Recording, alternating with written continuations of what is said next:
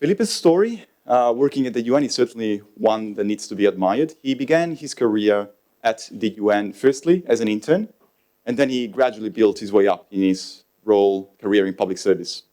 And through his role at the UN, he provides a better platform to ensure that all global actors across all levels have their voice heard. So he does work at the service of those whose voices are often unfairly ignored or silenced. And he collaborates to provide a more multilateral spirit in the true visions that defined the values upon which the United Nations was founded. I'm sure that everybody in this room has had conversations with people that do not believe in climate change or that do not care about sustainability.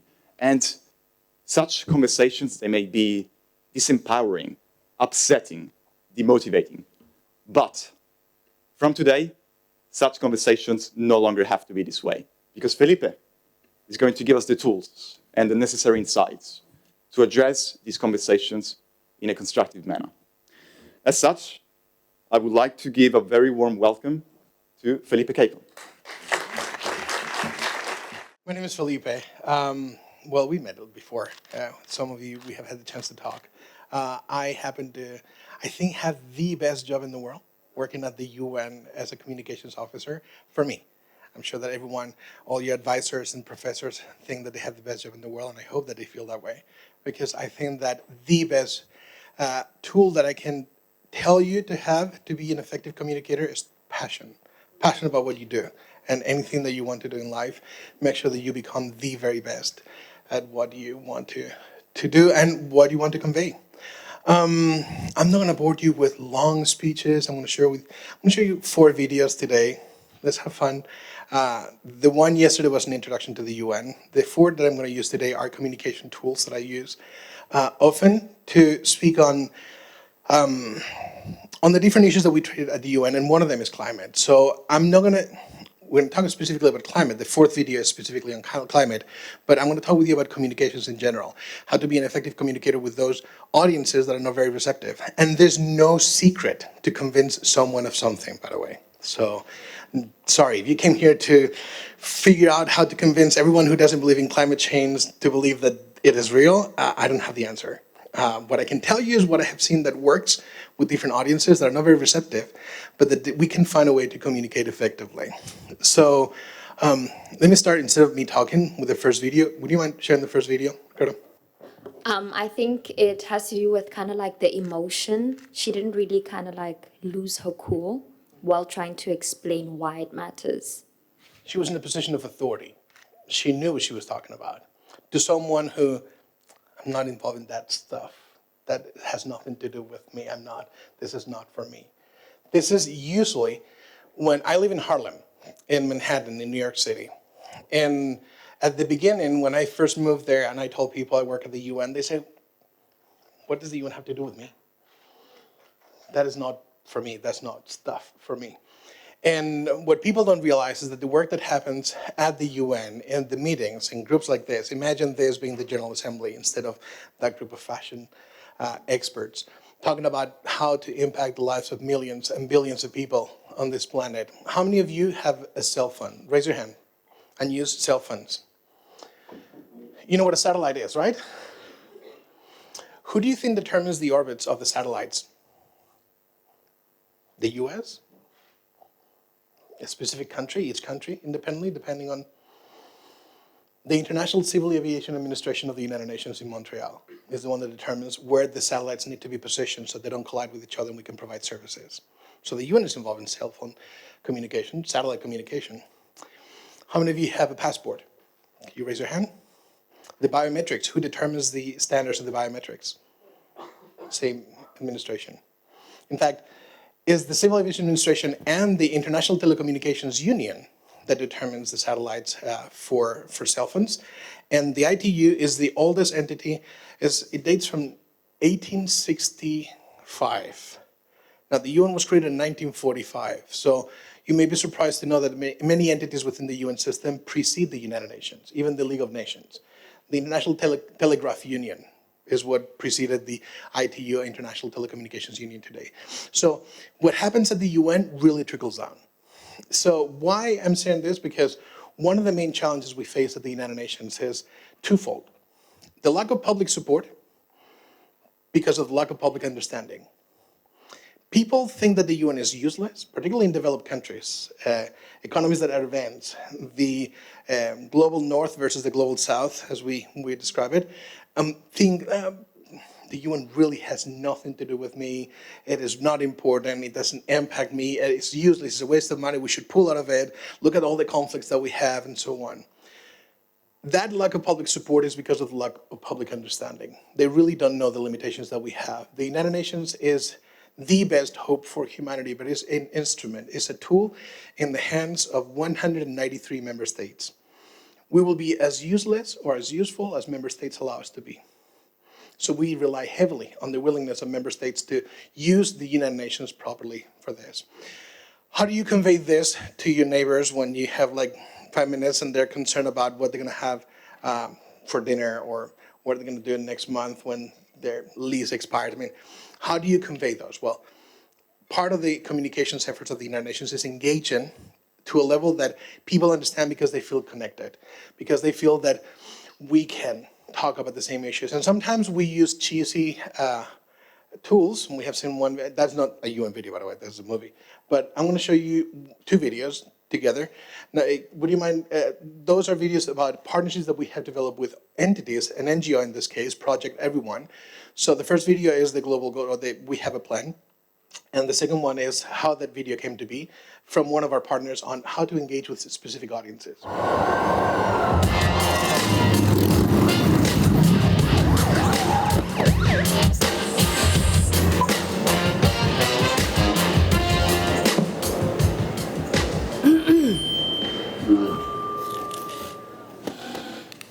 We have a plan. The global goals for people and planet. To end poverty. To fight inequalities. And to defeat climate change. And I am proud to announce the plan is agreed by everyone.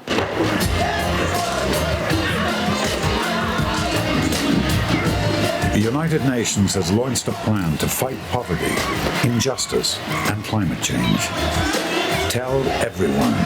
Join us at globalgoals.org.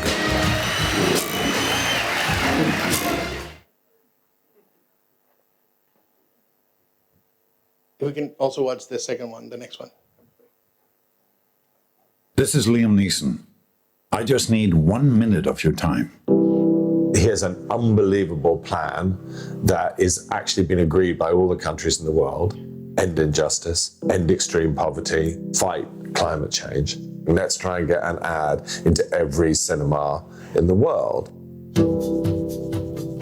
I was told that the person to deal with was John Hegarty at BBH. You jump at the opportunity of doing a piece of creative work that hopefully is helping save the world. And he said, I've got this idea, which I think will be fantastic. And he said, it's set in the UN and it's about the announcement of the goals and the plan. And then he said, but the key thing is that everyone in the UN are animals. So if you're making an animation idea, then working with Aardman is just brilliant. They're almost certainly the best in the world. When they approached us, but we have a plan, for me it was a no-brainer, absolutely. The classic no-brainer, because it's like a minute long, and for us a minute is it's a big time to play actually. It had a fantastic creative team behind it, John and Richard, that was extremely compelling. And then most importantly, it's about something, it means something, it's important subjects to be working on. So everyone here will get behind it, everyone can feel good about it. All these things are so important. Creatively, for us, the big decision was how to design the animals, how far to anthropomorphize them. So within our team, we have artists who are creating our character design. We have CGI artists who are creating our characters and the environments. They comprise of smaller teams who deal with the actual animation and the texturing, the rendering. There's all manner of processes that go into making this film. So I just thought the animal that introduces the commercial, because you don't realise you're going to suddenly see animals, is a llama. And I just find llamas just very funny. So you see the llama go from just a sketch to what looks like a sort of animatic, and then finally to this perfectly realised, as it were, realistic animal. We're very lucky to have Sawa involved in this because, of course, what they've done is they've managed to get all the cinemas globally. And they were the first people to come on board and say, let's try and do something. Let's try and get an ad into every cinema in the world. So what really excites me about it, apart from being on cinema, is that, you know, we're also going to demonstrate how the cinema now talks directly to the audience, not just in terms of imagery, but actually follows through. What we're doing with Cinemi is we're asking people to leave their mobiles on, leave their phones on silent, obviously, and the actual ad on the screen will communicate with your phone. Liam Neeson is the voice of God at the end, and this is just going to be such an exciting 2 months and a charge towards the end to get this ad. I'm hoping that people will see the ad, remember it, talk about it, share it, and then look into it and actually find that if you're a person who cares passionately about the world in any way, these goals are going to be one of the big machines by which changes happen. So I hope people will watch, laugh, share, act.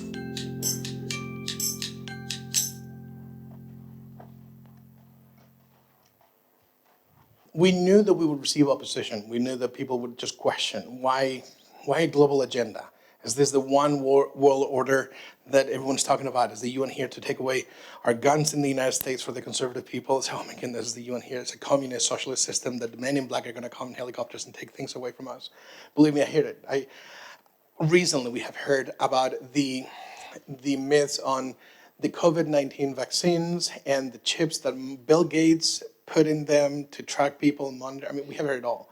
And you may laugh, but it is a challenge. And it is a challenge because we have come into an era, what we call Society 4.0, which is on information, where information is the new currency. And this currency has a lot of power that can move people to do things and can really drive people to make mistakes that may lead to their deaths. We launched a campaign 2 years ago called the Verified campaign, Shared Verified, because we detected that on social media people were sharing misinformation and disinformation on the vaccines. And people were not getting vaccinated because against COVID-19 because their friends or their families had shared a video that had not been verified, but it looked and sounded okay, and well, just in case I will wait. And we saw that the numbers were rising on people that were not getting vaccinated because they heard misinformation. I'm all for freedom of action. Do what you feel is best for you. No questions there. We're not going to push or brainwash or anything at the UN, but we want you to make your decisions based on real information, verified information, not misinformation, not myths, not falsehoods, not fake news, not politicized news. We want you to get the info. We are neutral in that sense. If we have one bias at the UN, it's humanity, and we want to be biased towards everyone. So in that sense, we face these challenges with people who oppose the UN just for the nature of the organization itself, because they think that we are here to change people's minds or to push certain agendas. And yes, we have agendas, global agendas agreed by everyone. Agenda 2030 was preceded by a consultation of 10 million people from all over the world. It was the largest global consultation that we ever had. We involved civil society, the private sector, academic institutions, youth, and everyone contributed to developing the SDGs. The icons were developed by Project Everyone. Richard Curtis, the producer from the movie Notting Hill, has an NGO called Project Everyone, and he is the one who, with private sector companies, they design all the logos that you see on the SDGs, the 17 icons, the 169 target icons also, they develop them. So, when you have all these tools, when you have all this information, and you put it out, again, you're gonna suffer backlash, and then how do you streamline it to specific messages? My last video, my fourth video, is specifically on climate, and is specifically on something that is happening right now, which is fossil fuel subsidies by certain governments and the provision of tax exemptions and so on for certain companies and support financially for certain private sector entities. We developed this with UNDP, also my department, Global Communications. My director is the bald guy that you'll see in the video also at one point. And let me explain afterwards how this was received and how useful this was for people who were questioning a little bit.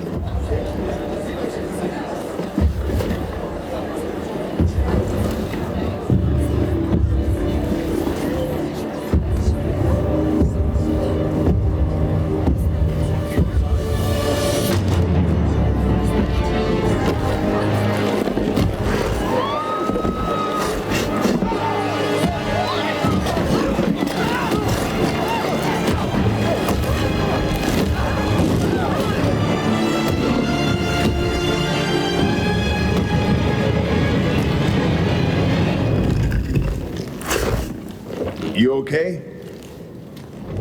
You need a minute? Cool. Okay.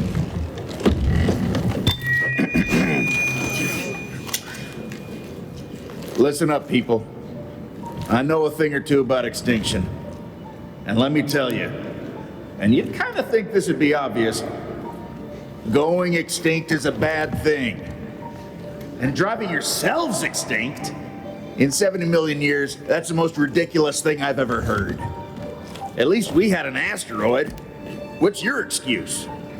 You're headed for a climate disaster, and yet every year governments spend hundreds of billions of public funds on fossil fuel subsidies. Imagine if we had spent hundreds of billions per year subsidizing giant meteors. That's what you're doing right now. Think of all the other things you could do with that money. Around the world, people are living in poverty. Don't you think helping them would make more sense than, I don't know, paying for the demise of your entire species? Let me be real for a second. You've got a huge opportunity right now. As you rebuild your economies and bounce back from this pandemic, this is humanity's big chance. So here's my wild idea. Don't choose extinction. Save your species before it's too late. It's time for you humans to stop making excuses and start making changes. Thank you.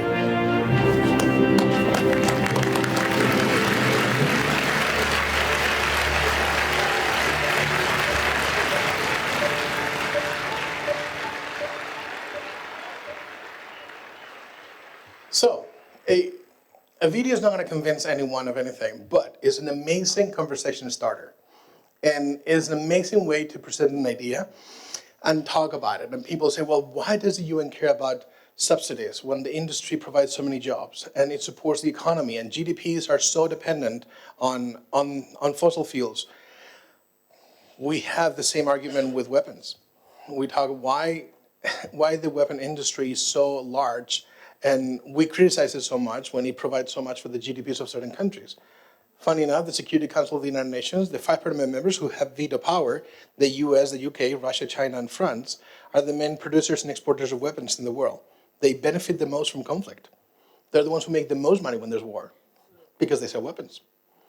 So how much sense does it make that the 5 permanent members of the Security Council responsible for peace and security are the same ones that benefit the most from conflict, from not having peace and security? We fight against those ideas. We try to explain, and we have conversations with people on this. So what is the way to, in my experience, convey specifically messages that are not received well by certain audiences? The reason why we changed the name in my department from Department of Public Information to Department of Global Communications. Because we're not here just to talk. We're not here just to convey a message. It's not a monologue. It's not me telling you something. It's a conversation, so we need to listen. What we have found is that it's extremely, extremely important that we listen to what is going on right now in the world and listen and then react more than just pretend that we have the solutions. The Agenda 2030 is important because it was a consultation process that we listened and then we reacted. We provided some guidance, a roadmap, a path towards a better world. Not an easy task. We face many challenges, but But it's fascinating to see how slowly, through conferences like this one and many others that take place, the COP conference we talked, the 27 one in Egypt, the 15 on biodiversity, CBD, and in Montreal that will finish this Sunday. Again, we have different mechanisms of introducing information, conveying information to people. What is the problem? Here, how many of you in here believe that climate change is not real? So I'm talking to an audience that's already convinced. So what do you expect from this conference if you already know what's going on? What is that you want to get out of this conference if you already know that this is happening? How to convey the message to the other side, to the ones that don't believe in it? How many of you have friends who don't believe in climate change? Or people who, okay. And I can tell you that if I ask each one of you will give me a different reason why that happens. So is there one answer for all the different challenges? So I can show you one thing. I can show you how to find an answer for that specific question or that specific person you engage with if we follow a pattern. And listen, let me give you an example. I'm a communications officer.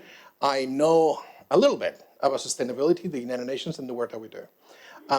In my field, I'm considered an expert in engaging and communication and outreach for specifically civil society or religious communities. One of my portfolios is faith-based engagement. Imagine, and I use very often this example, but imagine that I just decide to go to, I don't know, Afghanistan or Pakistan, but Afghanistan that is post-conflict. And I show up in this remote village and I tell them, hi, my name is Felipe. I come from New York. I'm a communications officer and I have an amazing plan. It's called Agenda 2030, 17 goals you're gonna love, that we're gonna eradicate poverty. We're gonna make things so much better for your community. You're not gonna believe it. We're gonna end up like being happy, everyone happy, clappy, and yay. What do you think the local people, particularly the local matriarch of that community is gonna say when she sees me and says, honey, who are you? Where you go? Oh, the UN, oh, Mr. UN, ooh. You don't look like us. You don't worship like us. You don't speak like us. You're not one of us. You don't dress like us. You don't eat like us. You're not one of us. What gives you the idea that you have the solution for us? Go back to New York. Enjoy life, Mr. UN, and have fun. Let's rewind. And as a communications officer, let me understand that I don't have answers for everything, but I have ways to convey certain messages. So instead of talking at large, showing myself to the community and say, hey, I'm Mr. UN and I'm here for you. Let me identify the local imam in that community and have a dinner for iftar or a meal at any point, and I can explain the connection that exists between the Quran and Agenda 2030 and the principles of poverty and community development that exist in their faith with the same principles of the UN through Agenda 2030. What do you think is going to happen next time the imam goes for the Friday prayer at the mosque and he is preaching and teaching and he introduces the same elements that I was going to convey, but from a religious setting to a community that already trusts him? How do you think the message is going to be received? Are they going to send him back to New York saying, Mr. UN? Finding the mechanism of engagement is key for conveying messages. It's not how much you know about something or how passionate you are about something. It's how strategic you are in conveying that message. Who are your allies in society? Who is going to help you convey a specific message to whom? And what is your purpose? Where is your channel? Where is your medium? You're using social media? Fine. What kind of engagement do you have? In my office, we use TikTok. Don't follow the TikTok account of the UN. It's awful. I hope my colleagues, I'm being recorded, right? I'm getting in trouble. Awful. I don't know who manages it. Well, I know who manages it, and it's just not a good management. But Facebook, not bad. Twitter, not bad. Engagement level, it sucks. We have tons, millions of followers. Engagement doesn't reach even 3%. So is it worth investing so much money in social media? Yes, because that 3% will hopefully and ideally exponentially reach out to other people through word of mouth and through engagement. So we really believe that minimum impact is worth if we do it right. So we choose the channel, we choose the message, which is, I don't know, the end of the world is near. Sounds very religious, but it's like, I mean, Ivan, you have seen the IPCC report. The Intergovernmental Panel on Climate Change issued a report a couple of years ago, well, a year and a half ago, 1,400 pages, which basically said, too late already, to change the path that we had taken, and we are in big trouble. And even with that message, there's many of us who believe that, oh, there's hope. Oh, we can change things. We can do it. Those of you who are here in this audience, do you think that we can do something still to change the path that we have taken? So there's hope. So if you believe it, what happens when you encounter people who don't believe it? How do you engage with them? As I said, find the one-on-one opportunity. With groups, it's easy. For me, it's really easy to talk to you. You really believe in this. So I'm not in a hostile environment. I'm not going to have to fight with you to tell you, please understand this is real. 1.5 Celsius by the end, by 2030, 2050 is a big deal. And one of the two problems is, one, we're going to lose forests. And if there's no forests, we don't have recycling of oxygen. You know all this. And second is the impact on the water levels rising on cities like New York City will be very real. I mean, we saw it with Sandy. I was in New York, and the UN has 3 basements.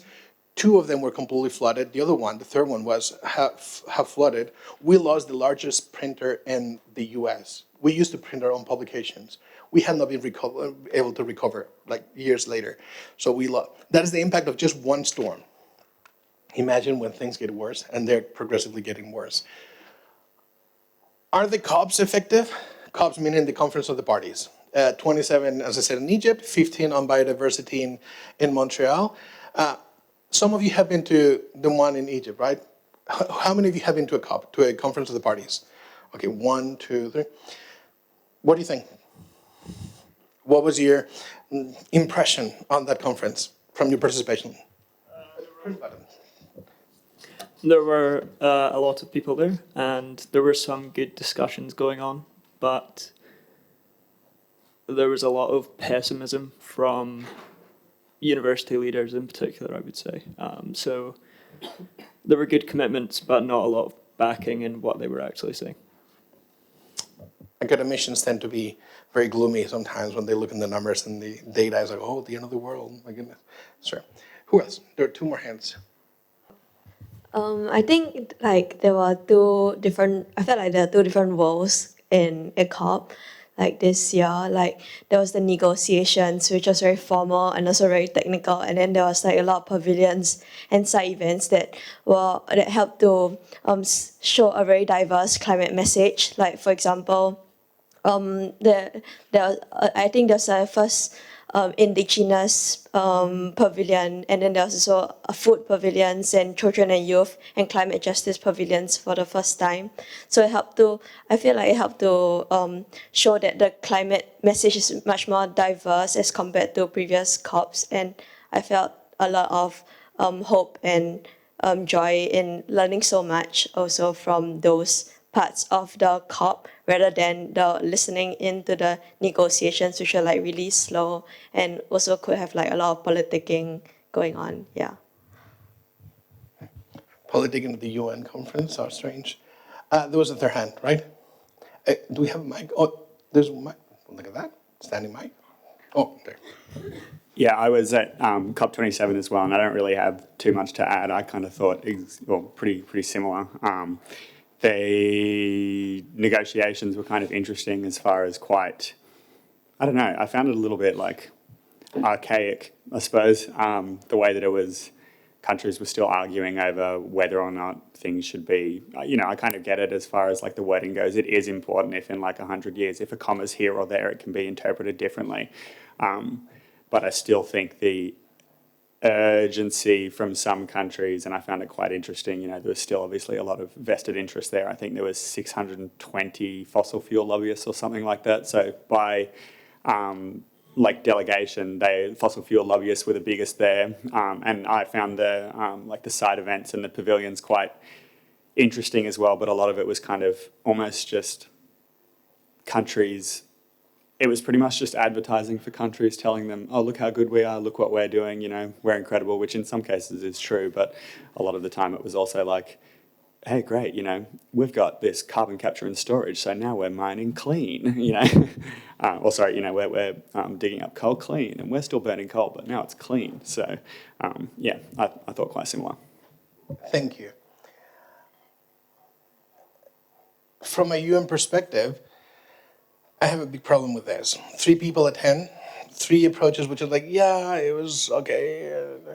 Imagine if you, who care about these issues and you're informed and educated, get that impression from that conference, what the rest of the world thinks about those conferences.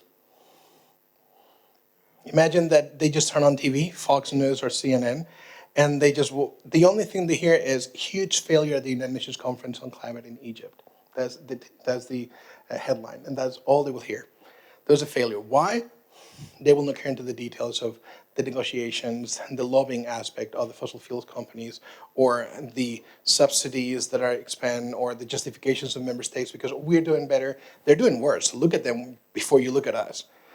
I love when President Trump in the US said, look at India. They're misbehaving so badly, so why are you pointing the finger at us? Go to them first and then you come to us. He will always find someone.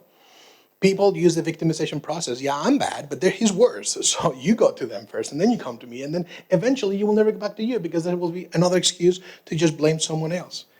And the problem is that if that is all that people see, if that is the maximum level of engagement they will have with that conference, the impact will be minimum on the population. And I believe in the power of one. I believe that people can make a difference one by one, but we need to explain things effectively. And a conference like COPs are not going to change public perception. They may help gather some civil society groups and some member states together. Oh, let's do something. Let's have a treaty. Let's have a convention. And the UNFCCC, the United Nations Framework Convention on Climate Change, that convenes the COPs, is an important framework convention. Ask 95% of the population globally, they know what UNFCCC is. It stands for and why it's important to them. Good luck finding answers that make sense. UNFCCC maybe is radio frequency for cell phones, and you'll hear all kinds of stuff. And that is our challenge. So how can you do this? Explain simply what we can really do. And let me use a very simple example I use with younger kids, not with you, but with younger kids, so that I can help them understand how to begin a conversation on why these are important. I ask them, what is the connection that exists between SDG 5 on gender equality and 13, 14, and 15?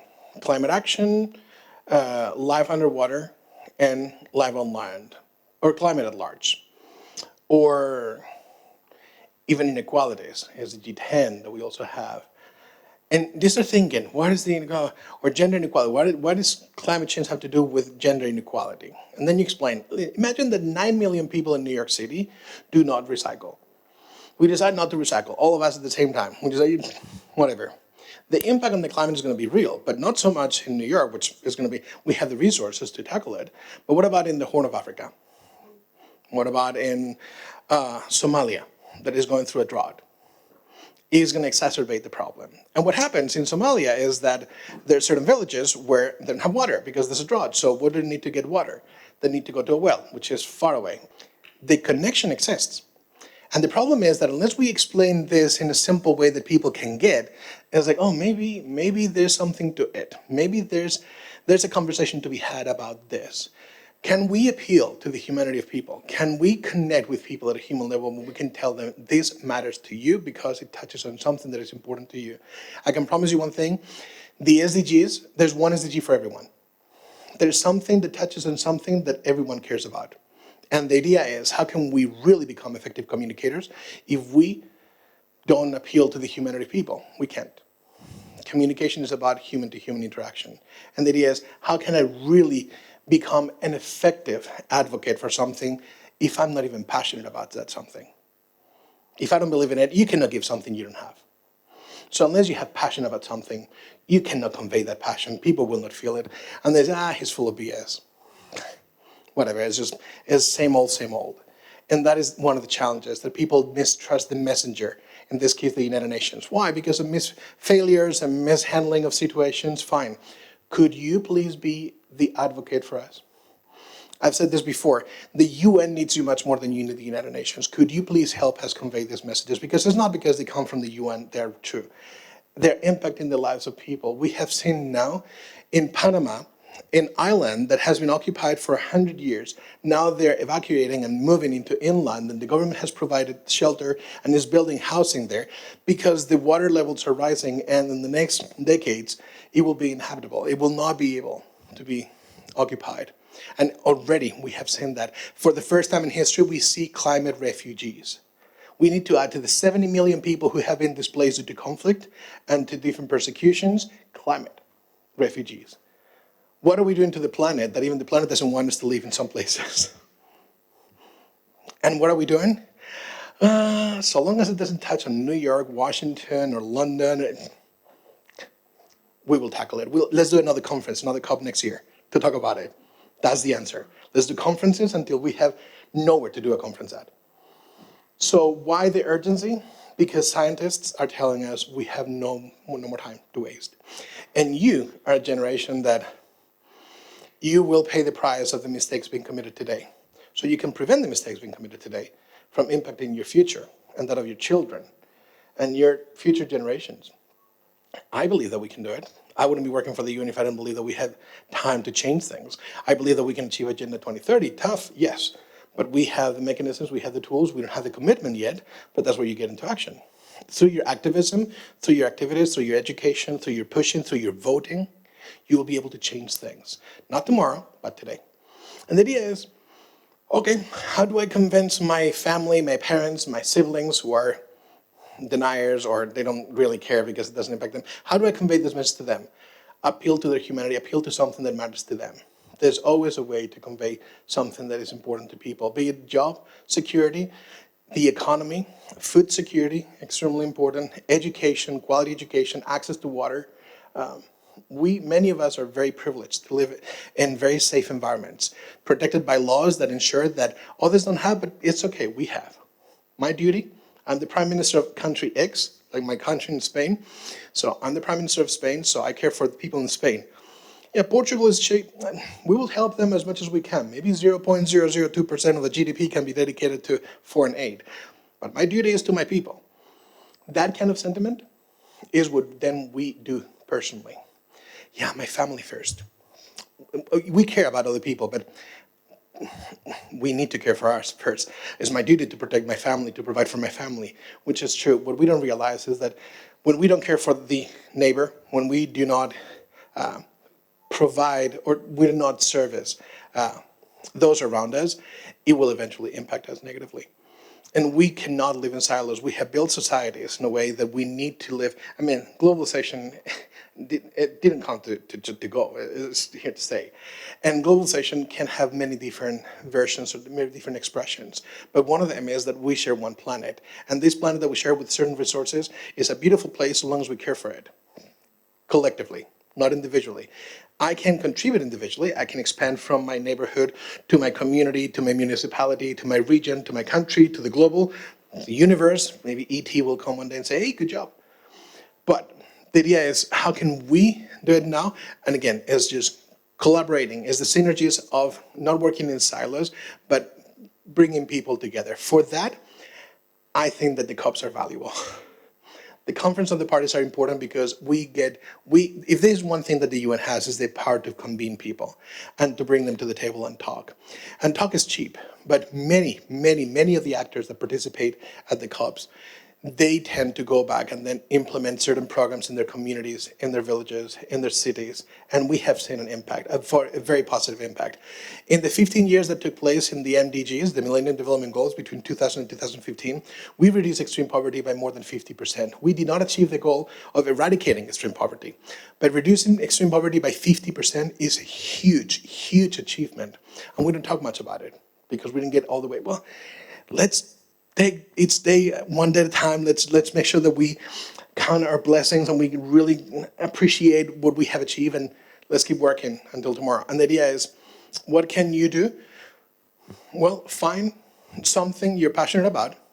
Find people around you that can make a difference in your community, and then connect with them and find a way to express that. And as I said, channel, mechanism, passion is extremely important, but finding the way to really try to make a difference. I would say joining the UN is fun. I have an amazing job. I love it. We didn't do it for the money. We do it for service and what we believe to be the right course of action or the right thing to do. But I think that if there's one thing that is common within UN staff, all 40,000 of us in the Secretariat, is that we really care about other people and we really care that we want to leave this planet behind much better than we found it. And we know that we can do it, but we rely on you. Because we know that we can have ideas, but you are the implementers. You are the ones that in your communities, in your universities, in your countries, will be doing this. I'm not in Australia. I'm not in New Zealand. I'm not in Portugal. I'm in Spain a little bit. I'm not in many countries. So who is doing that? People. People like you, young people like you, who is inspired, who is motivated, who can do this. And you need to convey this to other people. Peers that think similarly and those who don't think like you, and then change will happen. So we rely on you for real change. Don't expect the UN to invite you to do some good. Don't expect the UN to invite you to do anything, in fact. You're lucky we invite you to come to a conference, and we make it very restrictive sometimes, but to do good, you don't need anyone's invitation. And to change the world, you definitely don't need the United Nations. Change the world and then let the UN know, oh, by the way, I'm doing this. You want to join? Sure, we can join efforts, sure, but don't wait for anyone to tell you how or what to do, because we don't know. We rely on you telling us, hey, this needs to be done. You are the experts in your communities. You are experts in your own group. So you are the ones who know, have the vision, have the know-how to, and you have the passion to say, okay, let's change this. Hi, Felipe. Thank you for your talk. I really appreciated it. So your talk, I felt, mainly was on hope and delivering the right message and trying to inspire people to believe in the goals and objectives of the United Nations. But as was kind of said before, looking at before the SDGs, the Millennial Goals, and as well as the SDGs, we kind of see through like a lot of academic literature that a lot of the SDGs, if not all of them, are on track to not reach their targets by eradicating poverty and all those goals that we set up. So how do we get people to believe, or why should people believe in the United Nations if consistently we see at things like COPs and meetings, we don't have nations committing to the international goals, and we don't have, it looks like we've only got, 7 years to reach the SDGs, and it looks like we're not on track to reach them. So how do we keep the hope in a world that's running out of time with countries that aren't committing fully? When you're in college and you're in school, do you think you will get an A or a 10 on all your exams and you stop trying? Do you stop studying? You stop pushing? You stop? Again, what is that motivates you to keep going? To do the best that you can. And knowing that your grades will determine your degree and so on, and chances and so on. I think that this whole concept mentality that we have in society, that unless you can achieve it, don't try it, is toxic and is a challenge and is a problem to achieve real goals. The real goal is, again, we have learned that, for example, the 2015, the Paris Agreement with the COP that we had then, all of a sudden we saw that the commitments by India, for example, and the US were very different, and the levels were different. And it's not that not all countries are at the same level. So we cannot expect that by in a certain period of time, like 15 years, they will be at the same level. They start with a disadvantage that has been also caused by different social issues, among other things, colonialism, and all the challenges of dependency on foreign aid and so on. So is it fair to demand the same from everyone? No. Is it fair to demand the same growth, percentage growth, or at least increase or improvement? I think it is more fair. It's not perfect, but it is more fair. The difference between equality and equity, right? So the idea is, how can we motivate each country based on their current conditions to do the best that they can to achieve as much as they can? Worst case scenario, we will not achieve the goals, but we'll be better off. So isn't that enough motivation to keep going and to keep trying? Isn't that enough to tell governments, you know what, okay, we may not achieve by 2030 all the goals, but can we at least try to do the best? And then the improvement in the quality of life of billions of people on this planet would really, really make it worth it. So I think that, yes, it's tough. This pandemic has hit us hard and has set us back many years into what we expected. But okay, we have a setback. What do? Give up? We can't. And that's why I think that hope, faith, commitment, particularly when you have a commitment by those who really, young people, care. Specific groups, academicians are so important because they provide us the data and so on. We had Dr. Sang yesterday explaining the data and analysis, and I was fascinated by saying, this man knows his stuff. And he really has answers to, I mean, your answers were tough, by the way, and he had good answers. There's knowledge, like him, many other people. I'm very thankful that he works for the UN, because we have good people that are working for the UN that know their crap, and they can just say, okay, let's make a difference, and can motivate others, and can then inspire other people to do it. So, as I said, just because you will not be able to achieve something perfectly doesn't mean that you give up at any stage in your life. You should never do that. So why should this be different? Felipe, would you mind speaking slightly slower? Yes, Thank I can you. speak slower. We have a delegate in the middle, yes? Thank you so much for the opportunity. Greetings to you all. I have a couple of questions for you, Felipe. First one is, I was more interested on the poverty side that you talked about. And as a person who comes from a country who has a high employment rate, I was triggered. So in our institution, in our faculty per se, if I can say, we have a community engagement, which we call MENCAV. We help students that don't have bursaries, and NSFAS, we give them food and everything. But then, you call 10 students, but you receive 100 students. So now we end up the food that we have not being enough for those students. And plus, we don't only help students, but we also help the community at large, because we recently are affected by floods 2 times in Durban. So we took those families that are affected and then we give them groceries. So the question that I have for you is that, are there possible collaborations that we can talk about moving forward between UN and DUT per se, where you help us with food parcels or anything that you can help at least twice a year? Yeah. And then the second question is that I hear about the renewable energy, but I have some very serious question and some concern. Firstly, in South Africa, we have a huge amount of coal, and we produce a huge, we have a place in Richards Bay, I think on Sunday, more than 500 trucks were waiting to take coal from there. What happens to the coal that we have? Because now we are saying we're moving away from coal, gas, and fuel. So then, as African countries, because we have these minerals, what do we do with them? I thank you. Collaborations with the UN depends on the specific subject. We have different agencies, funds, and programs. We have many entities. In South Africa, my office has, the department I work for has an office called the UNIC in Pretoria. And it is the information center, and it coordinates the different communication tools of the United Nations, and also coordinates the connection between civil society and different groups, including academia and NGOs and so on, with UN system, agencies, funds, and programs, and can help identify the best needs and programs. Then you have grants. UN Women issues grants for issues related to women. For population is UNFPA, the Population Fund of the United Nations. UNDP, Development Program, also has really good programs. Again, it depends on, do we have a presence on the ground? And that is coordinated through what we call the country teams, or the coordination offices with the resident coordinators for the most part. So you can always go to the website, see who is present on the ground, see the contact, which is public, contact information for the leaders, the directors, and the chiefs of the clusters on the ground, and then find a way to connect.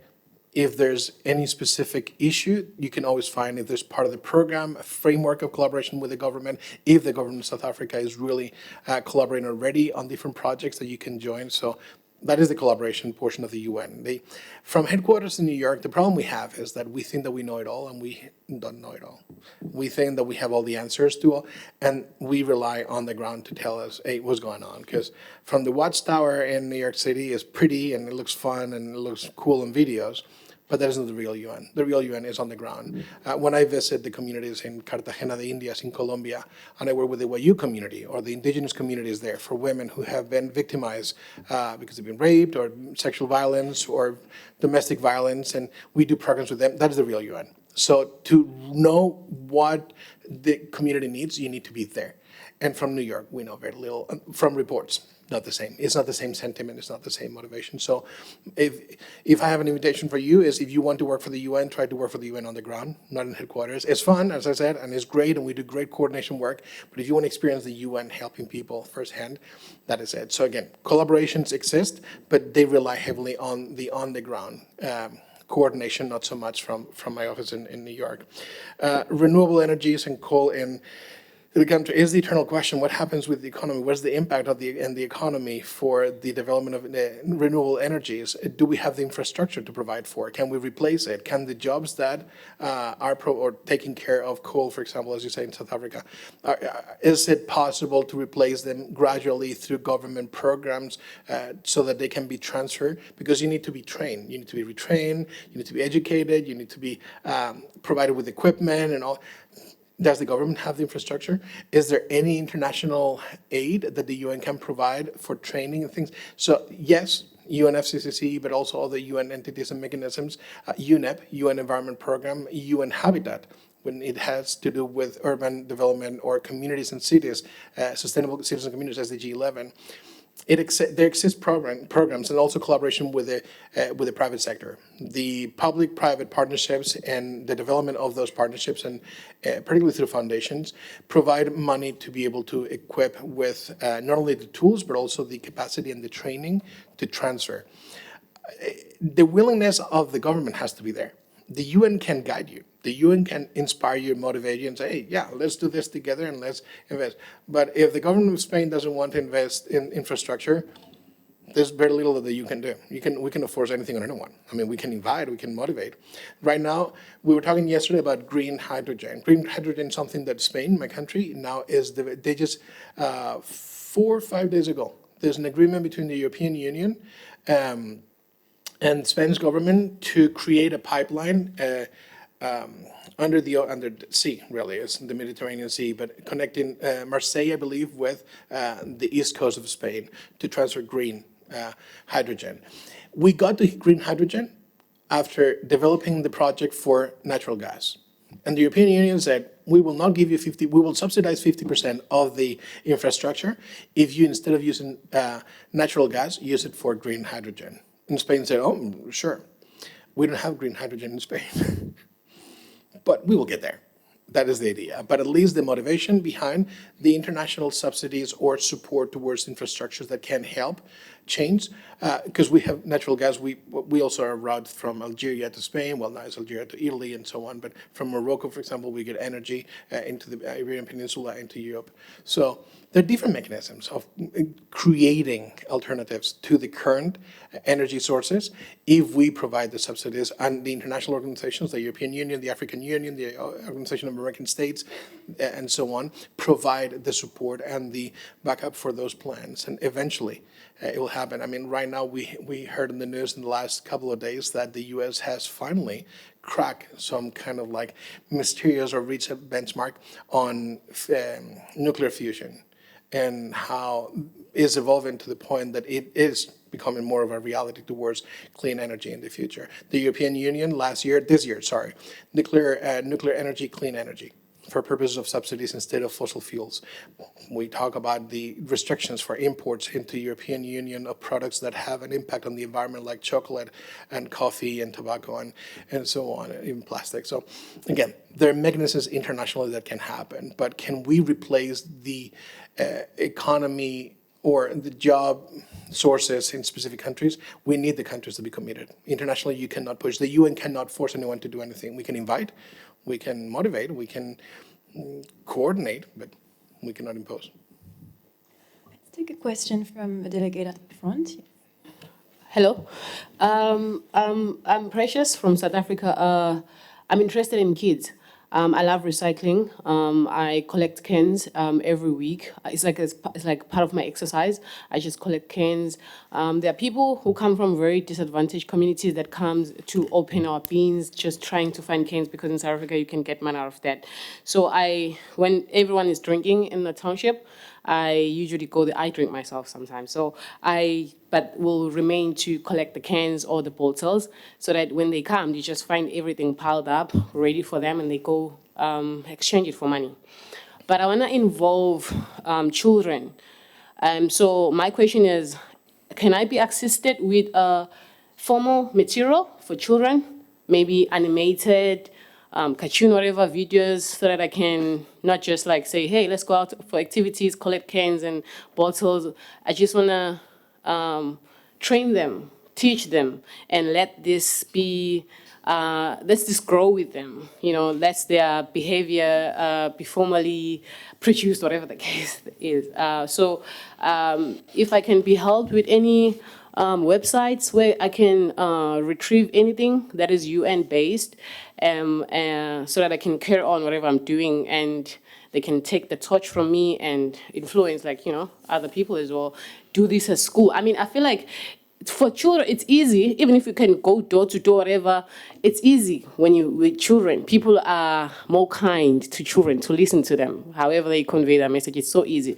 So that's why I'm interested in just beginning this with children, because I come from a community that is like, maybe not civilized. I'm not sure if that's the right word to use, but very disadvantaged. So as I said, littering to us is kind of like second nature.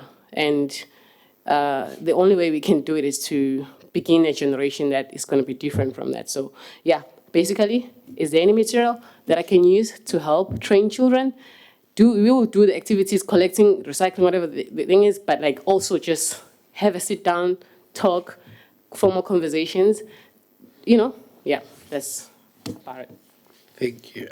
Yes, there are websites. UN Environment Program has a website for children. UN Visitor Services of the United Nations has a coordination of websites for children. But the best websites that I've known are not from the UN. Sesame Workshop. You know Sesame Street? They have a foundation called the Sesame Workshop, and what they do is they create videos on water and sanitation, on recycling, even menstrual pads, for example, for girls. It's tremendous, the messages. Why? They use the puppets that people know, and they have created new ones. They created this girl called Raya in India, and she teaches about water, the importance of water and sanitation, washing your hands, but also water to make tea.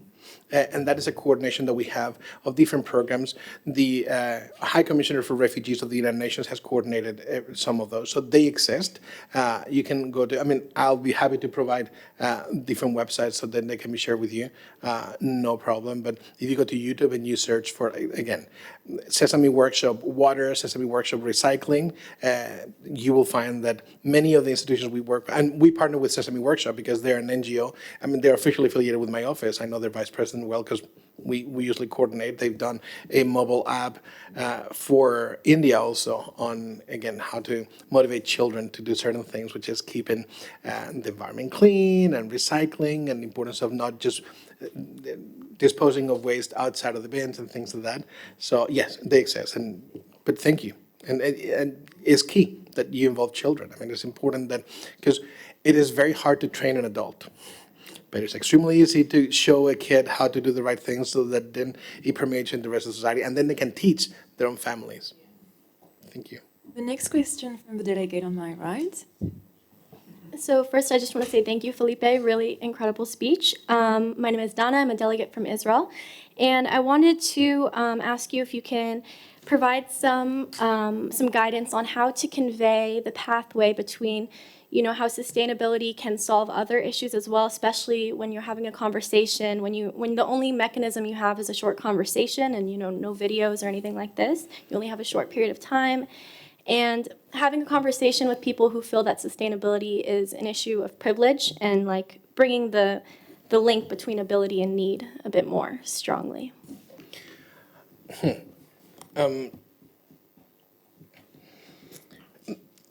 I would try to define sustainability differently, depending on what the individual thinks or is culturally aware of. We can make the connection between peace and security and sustainability. In order to achieve peace, we need sustainable communities, and we need to make sustainable peace. Let me use the example of peace. We have peacekeepers at the UN and peacekeeping missions, and I'm being recorded, so again, I have to be mindful of this, but I don't think it's the best system to maintain the peace post-conflict. I don't think that having a blue helmet is the best way to, a blue helmet, for as much as it carries the UN emblem in itself and it carries the UN blue, it has a weapon. And I have an issue with that. When the person responsible for peace has to not enforce it, but use deterrents that are weapons, I don't know that that's the best way to achieve it.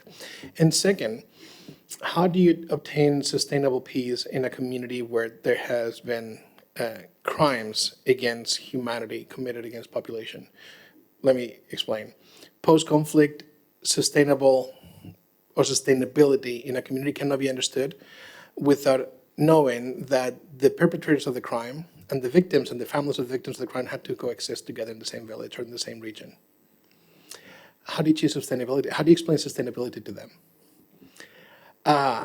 We get into effective communication through what we talk about is reconciliation. And reconciliation has many components, but sustainability in peace, we need the participation of faith-based communities, no matter how you look at it. Why? It's a great motivator to move people to find the best in other people. And I work with an entity that is the Shalom Center for Peace, Reconciliation, and I forgot the last portion of the name. They're based in Kenya, in Nairobi, and is run by this amazing Catholic priest from Ireland, Irish priest, Father Patrick Devine. And he's divine because he is an incredible human being who is really capable of connecting people. For decades, what he's been doing, he's been teaching sustainability in conflict, in post-conflict areas by bringing the different parties to the table and have them have a discussion. And you know how complicated it is to bring a rapist, someone who was convinced that they were doing for the right cause the elimination of the other tribal group or the other group, and they perpetrated crimes against girls, children, and you need to sit down in front of the father of the victims or the brother of the victims, and they need to be taught not to continue fighting, but also they need to be invited to find ways to live together and build a thriving society. That is extremely complex, but it is possible. And there are entities like this Shalom Center that is moving forward with these projects because of faith engagement. That's why I think that portion of my job that I really like is faith engagement or engagement with faith-based organizations, because it's really an inspirational and motivational to change things. So find the way to connect that sustainability portion with what it means sustainability in that region, because sustainability in those conflict areas is not the same as in Madrid, my city.